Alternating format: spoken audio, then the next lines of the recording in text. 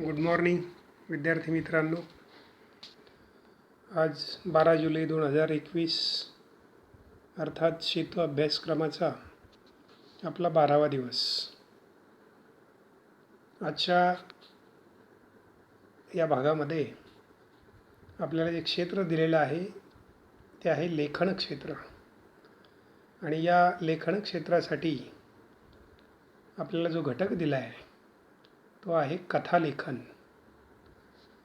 दिलेल्या विषयावरती आपल्याला सुंदर अशी कथा तयार करता आली पाहिजे, हा आजच्या भागाचा मुख्य उद्देश आहे. आणि त्या अनुषंगाने दिलेला जो विषय आहे त्या विषयामध्ये स्वतःच्या विचारांची भर आपल्याला घालता आली पाहिजे. स्वतःच्या कल्पनाशक्तीला वाव या ठिकाणी देऊन ते कथालेखन आपल्याला करता आलं पाहिजे. आणि हे कथालेखन करत असताना म्हणी, वाक्प्रचार, सुभाषिते, कल्पनाविस्तार यांचा आपल्याला प्रभावीपणे त्या कथेमध्ये वापर करता आला पाहिजे, की जेणेकरून आपली कथा जास्त परिणामकारक आणि रंजक कशी होईल. ते जे कौशल्य आहे किंवा ती जी क्षमता आहे ती आपल्यामध्ये प्राप्त होणं गरजेचं आहे. आणि त्या अनुषंगाने आजचा हा भाग महत्त्वाचा आहे. तर मुलांनो, या ठिकाणी एक गोष्ट आवर्जून लक्षात ठेवा, की जर दिलेल्या विषयावरती आपल्याला लेखन करायचं असेल तर त्यासाठी आपलं अवांतर वाचन असणं फार महत्त्वाचं आहे. कधीकधी जो विषय आपल्याला दिलेला असतो तो जर एकदम नवीन असला आपल्यासाठी, तर त्या विषयावरती कथालेखन करणं किंवा त्या विषयाच्या अनुषंगाने विस्ताराने लिहिणं आपल्याला अवघड होऊन बसतं किंवा ते आपल्याला अवघड जातं.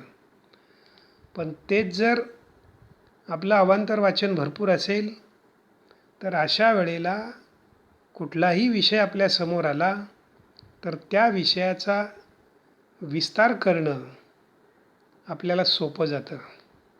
आणि म्हणून कथालेखनाच्या भागामध्ये आपल्याला अवांतर वाचन हे निश्चित उपयोगाचं ठरत असतं. म्हणून जास्तीत जास्त अवांतर वाचन हे देखील तुम्ही करणं गरजेचं आहे. तर आजच्या या भागामध्ये आपल्याला काही चित्र दिलेली आहेत. समोरच्या पेजवरती तुम्ही जर पाहिलं तर त्या चित्रांचं तुम्हाला बारकाईने निरीक्षण करायचं आहे. आणि त्या चित्रांचं निरीक्षण करून 4 कृती तुम्हाला करायच्या आहेत. तर त्यापैकी तिथे लक्षात घ्या जरा, पहिली आणि दुसरी कृती याच्यामध्ये थोडंसं खालीवर झालं आहे. पहिली कृती सुरुवातीला द्यायला पाहिजे होती, ती खाली दिलेली आहे आणि आधी 2 नंबरची कृती दिलेली आहे. तर ते तेवढं लक्षात घ्या. तर त्यामध्ये क्रमानुसार आपण पाहू. पहिली कृती तुम्हाला दिलेली आहे, सोबतच्या चित्रकथेमध्ये ठिकाण कोणते आहे. चित्राचं जर बारकाईने निरीक्षण केलं तर ते ठिकाण कोणतं आहे नेमकं हे सहजपणाने लक्षात येतं आहे. त्याचं उत्तर तुम्हाला वहीमध्ये नोंदवायचं आहे. त्यासाठी पर्याय तुम्हाला दिलेले आहेत: गाव, बाग, सर्कस, जंगल. मग यापैकी हे कोणतं ठिकाण आहे ते तुम्ही तुमच्या वहीमध्ये ही कृती नोंद करत असताना ते लिहून ठेवायचं आहे.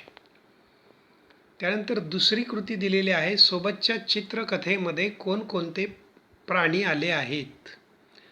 मग तिथे बारकाईने निरीक्षण करून सर्व प्राण्यांची नावं तुम्हाला ही कृती सोडवताना लिहायची आहेत. तिथे त्या कृतीमध्ये त्या प्राण्यांच्या नावांची यादीच तुम्ही करून वहीमध्ये ठेवायची आहे. तर अशा पद्धतीने ही दुसरी कृती तुम्हाला सोडवायची आहे. त्यानंतर तिसरी कृती दिलेली आहे, सोबतच्या चित्रकथेला काय नाव द्याल. योग्य समर्पक अशा प्रकारचं नाव तुम्ही तुमच्या कल्पनेप्रमाणे या तुमच्या कथेला तुम्हाला द्यायचं आहे. आणि सगळ्यात महत्त्वाची चौथी कृती तुम्हाला इथे करायची ती अशी की तुम्हाला प्रत्यक्षात तिथे कथाच लिहायची आहे. सोबतच्या चित्रकथेचे निरीक्षण करून कथा लिहा, अशी चौथी कृती तुम्हाला दिलेली आहे. म्हणजे प्रत्यक्षात इथं कथालेखन तुम्हाला करायचं आहे.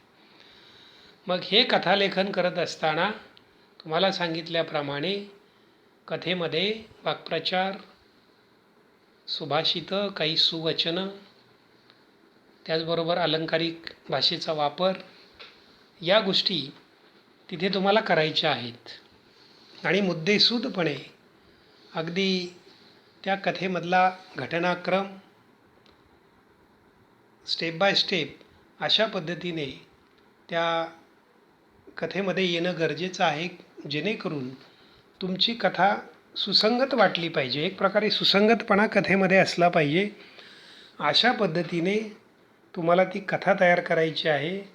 आणि ती कथा म्हणजे तुमची चौथी कृती आहे. 4 नंबरच्या कृतीचं लेखन करत असताना किंवा त्या प्रश्नाचं उत्तर लिहित असताना तिथे तुम्हाला ही कथा तयार करायची आहे. तर अशा पद्धतीने या पहिल्या संकल्पनेमध्ये कथा लेखनाच्या जाणून घेऊया ही संकल्पना आपण इथे पाहिली. त्यानंतर याच घटकाची पुढची संकल्पना आपल्याला दिलेली आहे, सक्षम बनूया. आता सक्षम बनूया या संकल्पनेसाठी सुद्धा आपल्याला या ठिकाणी कथालेखनासाठी काही मुद्दे दिलेले आहेत. त्यामध्ये एका गावात एक म्हातारी, पती आजाराने ग्रस्त होता, मोलमजुरी, म्हातारी स्वाभिमानी, जंगलात लाकडे तोडून दमली, लाकडांची मोळी बांधली पण मोळी उचलली जाईना, वैतागली देवाला विनवणी, देवा आता या उतारवयात ही मोळी जर माझ्याने उचलली जात नसेल तर मला तरी उचल बाबा. मृत्यूदेव हजर होताच घाबरणे, मला आताच मरायचे नाही, मी जर मेले तर माझ्या आजारी पतीची सेवा कोण करील. समर्थता दर्शविते, पूर्ण ताकदीने लाकडाचा भारा उचलून घरी जाणे. तर बघा मुलांनो, हे कथेचे मुद्दे या ठिकाणी दिलेले आहेत. परंतु या मुद्द्यांचा आधार घेऊन तुम्हाला या कथेचा विस्तार करायचा आहे, म्हणजे ती मोठी करायची आहे. मग कथेचं तात्पर्य तिथे खाली दिलं आहे, जीवनापासून पळ काढणे म्हणजे समस्येचे निरसन नाही, संघर्षाला सामोरे जाणे, संघर्ष करत राहणे, आपले नित्यकर्म करत राहणे, यातच मानवी जीवनाचे सूत्र बांधले आहे. तर असं कथेचं तात्पर्य आपल्याला इथे दिलेलं आहे. मग यामध्ये पहा, कथालेखनाची वैशिष्ट्ये आपण त्या ठिकाणी समजून घेऊयात. त्यामध्ये कथेचा काळ. आता पहा, एक गोष्ट इथे मुलांनो लक्षात ठेवा की कथा ही नेहमी भूतकाळामध्ये लिहिली जाते. म्हणून काळ लक्षात ठेवा. तुमची जी वाक्य कथेची असतील ती भूतकाळामध्ये असली पाहिजेत. ते काळजीपूर्वक लिहिताना तुम्ही तिथं लक्षात घेणं गरजेचं आहे. त्याचबरोबर कथेतील पात्र, त्याचबरोबर कथेमधील घटना आणि कथेचे शीर्षक, म्हणजे समर्पक असं कथेचा जो मध्यवर्ती गाभा आहे किंवा कथेचं जे बीज आहे, कथेचा जो सारांश आहे, त्या अनुषंगाने योग्य असं कथेचं शीर्षक म्हणजे नाव तुम्हाला तिथे द्यायचं आहे. तर अशा पद्धतीने ही कृती तुम्हाला करायची आहे. त्यानंतर पुढची जी संकल्पना आपल्याला सांगितलेली आहे आजच्याच भागामधली, चला सराव करूया. आता कथालेखन हा भाग याची थोडीशी ओळख झाल्याच्या नंतर आणखी कथांचा सराव करण्यासाठी हा भाग इथे आपल्याला दिलेला आहे. तर समोर पेजवरती एक चित्र दाखवलेलं आहे आणि त्या चित्रामध्ये दोन मुलं आहेत, एक मुलगा मुलगी. ते दोन्ही विद्यार्थी त्या ठिकाणी निरीक्षण करताना दाखवलेत. त्याचबरोबर दुसरी दोन छोटी छोटी चित्र आहेत. एका चित्रामध्ये मुलगी वाचन करताना दिसते आहे, दुसरं एक कोपऱ्यात त्या ठिकाणी चित्र आहे. मग या चित्राचं तुम्ही बारकाईने निरीक्षण करायचं आहे आणि त्यावर आधारित एक कथा तुम्हाला लिहायची आहे. आणि मग ती कथा तयार केल्याच्या नंतर या ठिकाणी तुम्हाला शेवटी कथेचं तात्पर्य आणि या कथेमध्ये आलेली म्हण तुम्हाला ओळखायची आहे. अगदी थोडंसं बारकाईने जर निरीक्षण केलं तर त्या चित्रामध्ये तुम्हाला वरून काहीतरी पडताना दिसतंय आणि ते पडलेलं खाली साचतंय असंही दिसतंय. आणि इकडे कोपऱ्यामध्ये परत एक छोटंसं चित्र त्याच विषयाच्या अनुषंगाने दिलेलं आहे. मग अशा पद्धतीने जर त्याचं निरीक्षण केलं तर अगदी सहज या कथेमध्ये येणारी जी म्हण आहे किंवा या चित्रावरून आपल्याला मराठीतली जी म्हण आहे ती पटकन लक्षात येते. तर ती म्हण कोणती आहे ती सुद्धा ओळखून तुम्हाला वहीमध्ये तिची नोंद करायची आहे. त्यानंतर पुढचा जो आपल्याला मुद्दा दिलेला आहे किंवा संकल्पना पुढची आहे ती आहे कल्पक होऊया. आता ज्या वेळेला या कथाभागाची किंवा कथालेखनाचा परिचय आपल्याला झालेला आहे त्यावेळेला आपल्या कल्पनाशक्तीला वाव मिळण्यासाठी आपल्याला अगदी नुसतं शीर्षक जरी दिलं तरी आपल्याला त्या शीर्षकावरून कथेचा विस्तार करता आला पाहिजे आपल्या कल्पनाशक्तीप्रमाणे. म्हणून पहिला मुद्दा इथे आपल्याला दिलेला आहे, शीर्षकावरून कथा लिहा. उदाहरणार्थ चतुर कावळा. चतुर कावळा एवढंच शीर्षक आपल्याला दिलेलं आहे. मग तुम्ही तुमच्या कल्पनाशक्तीच्या बळावरती नुसत्या त्या शीर्षकावरून कथा आपल्याला लिहायची आहे. त्यानंतर दुसरा मुद्दा दिलेला आहे, शब्दावरून कथा लिहा. विद्यार्थी, पाकीट, मुख्याध्यापक, सत्कार. एवढे 4 शब्द तिथे दिलेले आहेत. मग त्यावरून तुम्ही कल्पना करायची आहे की ही काय कथा असू शकते. मग तिथे तुमच्या कल्पकतेला वाव आहे आणि कल्पनाशक्तीच्या बळावरती ती कथा तुम्हाला लिहायची आहे. जसं पाठीमागच्या भागामध्ये आपण पाहिलं की मुद्दे दिलेले होते आणि त्या मुद्द्यावरून आपण कथा तयार करायची बघितलं. तसं या ठिकाणी सुद्धा काही शब्दच दिलेत फक्त आणि त्याच्यावरून कथेचा विस्तार करायचा आहे.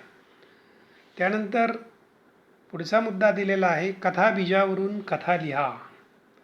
कथा बीज, बीज म्हणजे कथेचं मूळ, कथेचा मध्यवर्ती गाभा तो फक्त दिलेला आहे. एकीचे बळ किंवा ज्याला शीर्षक म्हणता येईल, फक्त ते मध्यवर्ती दिलेलं आहे. एकीचे बळ म्हणजे कथेचं मूळ.